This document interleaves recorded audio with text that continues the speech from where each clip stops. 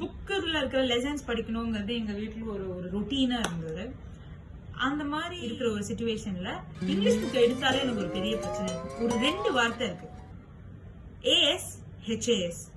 எப்படி ப்ரொனவுன்ஸ் பண்ணுவோம் அப்படிங்கறது அந்த டைம்ல எனக்கு தெரியாது. இப்ப கூட அப்பப்ப கொஞ்சம் கோளாறா தான் இருக்கும்.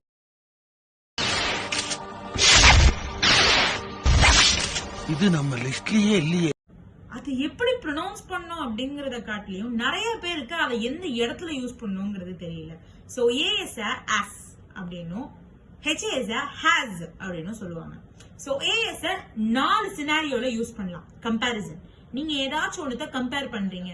she is tall has her brother அப்படின்னும் I left early as I was feeling tired. ஒரு ரோலையோ இல்லனா ஒரு ஃபங்க்ஷனையோ சொல்லும்போது he works as a teacher.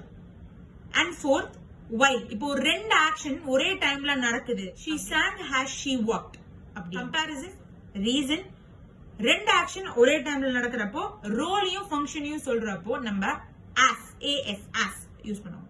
has அப்படின்னு சொல்லி ஒரு வேர்ட் இருக்கு. அந்த வேர்ட ஒரு எக்ஸ்பீரியன்ஸ்க்கோ இல்லனா ஒரு பொசிஷனுக்கோ சொல்லுவோம். Experience, he has traveled to Japan, அது ஒரு experience. she has a new car, அது ஒரு பொசிஷன்.